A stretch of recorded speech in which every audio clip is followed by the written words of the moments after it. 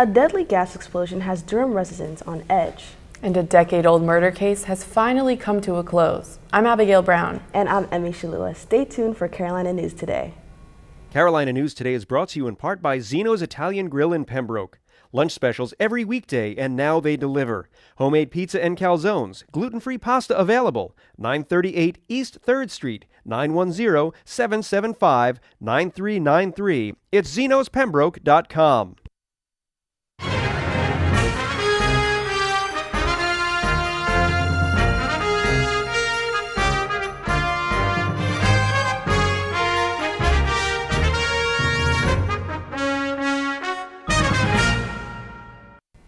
One person is dead and over a dozen injured, including a firefighter in a gas explosion Wednesday morning. It happened in a shopping district near downtown Durham. A contractor was digging under a sidewalk and hit a 2-inch gas line, triggering the explosion, which caused a building to partially collapse. A number of witnesses reported hearing and feeling the explosion when it happened. One person said it felt like a bomb. Members of the Robeson Community College Board of Trustees voted unanimously to approve asking the county for over $3 million for the fiscal year. Proposed budget items include building a maintenance shed and constructing additional bathrooms to meet Americans with Disabilities Act standards. The Board of Commissioners will begin working on its budget soon. The fiscal year takes effect on July 1st. The Office of Community and Civic Engagement held their final Justice Through Service luncheon for the spring semester. This event was held with hopes of educating students on drug and alcohol abuse in the community. Speakers at the event shared with students their personal struggles with substance abuse and encouraged them to get involved in the community and help make a difference. Cyclists and community organizers alike are gearing up for Habitat for Humanity of Scotland County's annual Bike to Build. The event includes a 5K run as well as a 17, 34, and 51K bike ride. Prices for the event are $15 for the kids ride and $20 for the adults ride. Executive Director Chris Carpenter hopes that the low price of registration will encourage more participation among the community. My goal is to build up the event, for the local community and anyone else from outside the community who wants to participate by keeping those registration fees really low. A recent Senate bill promising to help teachers buy school supplies is facing pushback among local legislators. Senate Bill 580 would allocate $400 to each teacher. The teacher supply bill has been met with opposition from the North Carolina School Board Association and State Association of School Superintendents. The Board of Education for Public Schools of Robeson County are discussing a resolution to oppose the bill. After 17 years, investigators with the Sheriff's Department are saying they've solved the murder of a man shot on his own property. During a press conference this week, Sheriff Wilkins announced the arrest of 2 people in relation to the murder of Ronnie Locklear. Both suspects are being charged with first-degree murder and felony conspiracy. According to Wilkins, the arrests were made possible by the efforts of retired law enforcement personnel who make up the Cold Case Investigation Unit. Well, it's time for everyone's favorite segment. This week we're taking a look at another furry friend waiting to be adopted. Here's CNT reporter Korea Pickney. Thanks, Emmy. We're back again at the Robeson County Humane Society. Let's go in and see if we can find our pet of the week.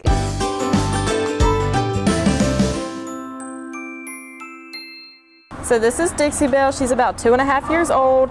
She came in right after Hurricane Florence with her baby Tracy. Tracy was adopted after being here maybe 2 or 3 weeks, and Dixie Belle's still waiting for her home. She is heartworm positive, but won't impact her life. She just needs to stay on her monthly preventative. She's spayed, up to date on all her vaccines, and she's good with kids, seems to be good with cats.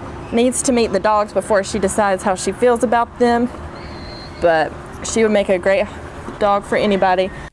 To adopt Dixie Belle, just head on over to the Robeson County Humane Society's website and fill out an application to become an approved adopter. For Carolina News Today, I'm Korea Pinkney.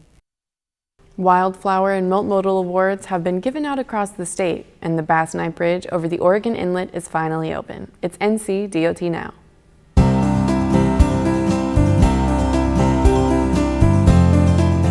Welcome to NCDOT Now. I'm Lauren Havlin. This week, awards were given out to the state's top multimodal transportation projects, and a ribbon cutting took place on the Outer Banks. First up, If you've driven on North Carolina's highways, you've probably seen beautiful, colorful wildflowers along the way. These flower beds are part of the Wildflower Program, one of the department's most popular initiatives. Each year, Division of Highways staff members are recognized for their work to improve the overall appearance and environmental quality of the state's roadways. The winners were announced on Thursday during the Board of Transportation meeting in Raleigh. To see the winning entries, visit the department's website.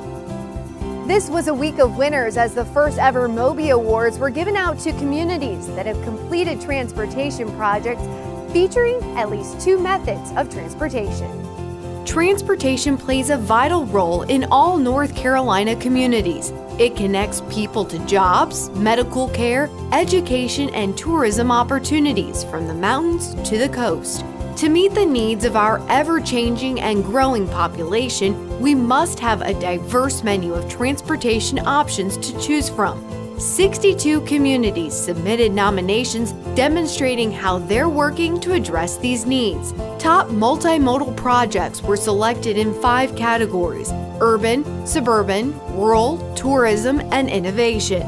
NCDOT's co-sponsors of the awards were the Triangle chapter of the Women's Transportation Seminars, NC State University's Institute for Transportation Research and Education, and NC Go.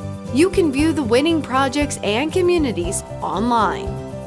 Moving on to the coast, state, federal, and local officials joined members of the community for a ribbon-cutting ceremony on Tuesday for the new bridge over the Oregon Inlet on the Outer Banks. The new 2.8-mile-long bridge is named in honor of former State Senator Mark Bassnight. The bridge opened to traffic on February 25th. The segment of the old bridge that will become a pedestrian walkway will retain the Herbert C. Bonner name.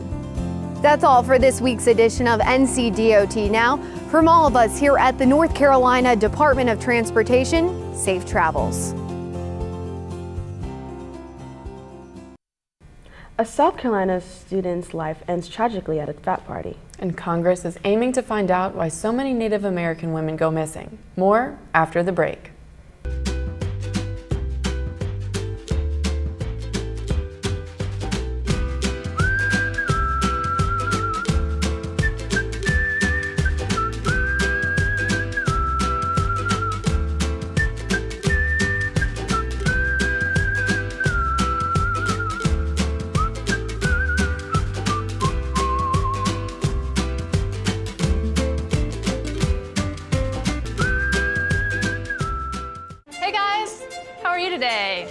I'm here to talk about how with technology you can make amazing worlds.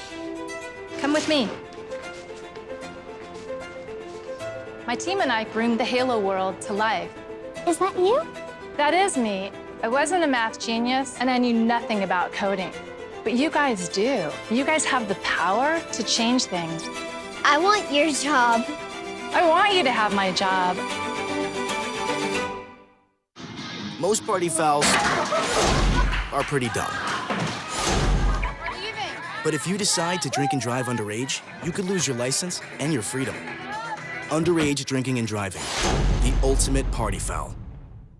Observe a domesticated human family in their natural habitat, known to their species as the backyard. Hey, you think I should light it now? I think it's good. Yeah? Oh dear, someone is about to burn a pile of debris that's too tall, which can start a wildfire. Wait, could it be? Blimey, it is. It's Smokey. It's Smokey Bear. What a legend. Hey, it's Smokey. Sorry, it was too high. Right. Watch as he astutely ensures that there's no wind, and how he removes some of the debris to create a smaller, safer burning pile. No, you said make it bigger, baby. The bigger, the better. Take note of our fearless furry friend here, humans. I appreciate it. Fist bump. Watching you. Smokey's done it again. Bye, Smokey. Only you can prevent wildfires. Queen is just my everything. His smile did it. His smile, his eyes, his knowledge. My landlord, he decided that he wanted me to move based on the fact that I was transgender.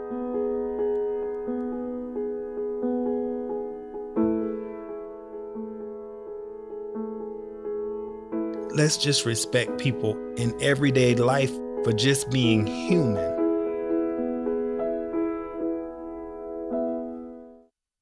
Lawmakers in Washington are focusing on a shocking statistic. Native American women are 10 times more likely to be murdered than the rest of the population.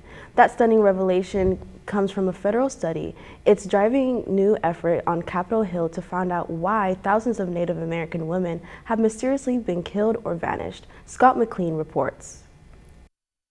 Right, this is right before she disappeared. 10 years ago, Alyssa McLemore called 911 and said she needed help. Moments later, the line went dead. No one's heard from her since. Police in Kent, Washington still have an open investigation, but clues are scarce. How do you move on? I can't move on. The mystery of what happened to this Native American woman has tortured her family, and there are countless other unsolved cases like this across the country. And then I want her picture to go on this one too. An invisible crisis. Native American women murdered or missing with few answers and little attention. In some places, Native American women are 10 times more likely to be murdered than the rest of the population, according to one federally funded study. One estimate based on national crime data pegs the number of missing Native women and girls at more than 5,700 in 2016 alone, though reliable data is near impossible to come by. What are we missing here? What's happening with our Native women that they are being victimized to the extent and to the level that they are? Republican Senator Lisa Murkowski is now pushing two bipartisan bills. One aims to improve data collection on missing and murdered Native women. It hardly gets talked about. Activists like Roxanne White are trying to raise awareness of missing women like McLemore and her own cousin, Rosenda Strong, who disappeared from the Yakima Reservation in Washington last October. Her family thinks she was killed, but there have still been no arrests. The tribes are like the Wild Wild West, and we essentially don't have any protection. Tribal police have declined to comment. Senator Murkowski says many women disappear from remote reservations, some which lack even a single police officer. Other times, cases get lost in a confusing web of jurisdictional conflicts between tribal, local, and state police. She also worries that some victims are simply discounted by police because of their race or involvement in prostitution. Which makes no sense whatsoever, and it doesn't mean that we should give up or that the system should not work to investigate, to find out where that woman has gone. That is what the McLemore family believes happened to Alyssa. At 21, she was caring for a young daughter and a dying mother. A year before she disappeared, she was picked up by police for prostitution. I just kind of feel like they wrote her off as a prostitute, and they probably thinks that, she didn't have family. And Kent police say they don't discriminate. A new law may not help McLemore, but it might finally help solve the crisis of missing and murdered Native women and bring some much-needed closure to their families. We're not going to stop looking for her. We're not going to say, give up. The tax filing deadline is less than a week away. For most taxpayers, Monday, April 15th is the cutoff date. Don't worry if you haven't filed yet. There's still time. Mary Maloney has some last-minute tips for procrastinators. Time is running out if you haven't submitted your tax return yet. The IRS says mistakes can happen when you hurry to file by the April 15th deadline, which can result in longer processing times and possible refund delays. The IRS recommends filing electronically. That's because tax software can easily flag potential errors. It can also do the math for you and alert you if there's missing info. The IRS even has a free do-it-yourself software program on its website. Because of the changes in the federal tax law, people who haven't filed yet may want to hire a professional tax preparer. That's because a careless mistake could cost you a lot of money. You could get hit with penalties and charges if you use the wrong filing status or forget to report income. So pay very close attention. Proofread your tax return.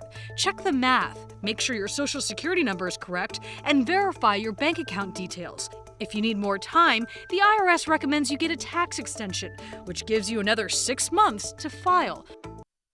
The CDC is sounding the alarm on a life-threatening superfungus that they've called a global emerging threat, and it's on the rise across the U.S. James Denon has the latest. A harmful and deadly yeast fungus called Candida auris is lurking in hospitals and nursing homes, and health officials are now warning about how fast it's spreading in healthcare facilities. There's been nearly 600 cases in 12 states across the U.S., with more than 300 of them in New York and more than 100 in New Jersey. Candida auris can enter the bloodstream and spread rapidly, wreaking havoc throughout the body, causing serious invasive infections. The big problem? Infections are extremely hard to treat because it's resistant to most antifungal drugs, and symptoms are hard to detect because it's often infecting people who are already sick. It's also difficult to identify and can only be diagnosed by specialized laboratories using specific testing methods, which is making it difficult to control the spread. Scientists are still working to learn more about the yeast. They recommend washing your hands with soap and water or using hand sanitizers in healthcare facilities, and remind your healthcare providers to do the same during your visits. Another PBC Athlete of the Week. And baseball bounces back to prevent a sweep. We've got those stories and more in sports right after this.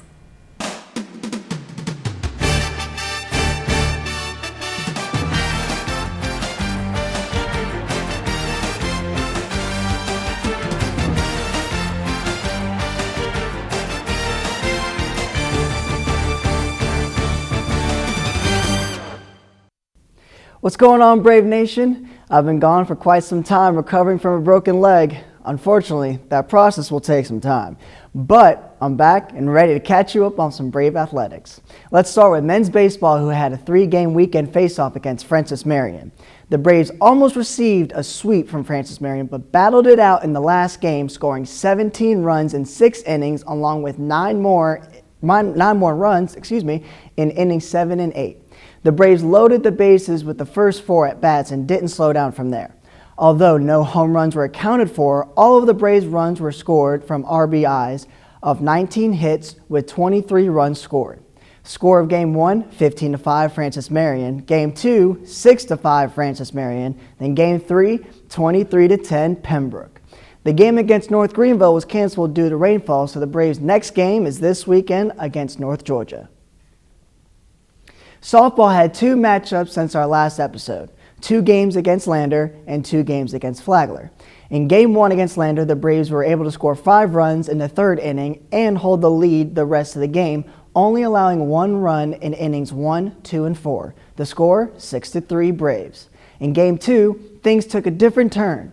Lander scored 5 runs in the 5th inning along with 3 runs they acquired in the innings before, while holding the Braves to just 1 run in the 4th inning. The score, 9-1 Lander. In the second matchup against Flagler, the Braves were able to keep Flagler at just 2 runs while Pembroke scored 4 runs, one of which was a home run from Cameron Davis. Score, 4-2 Braves.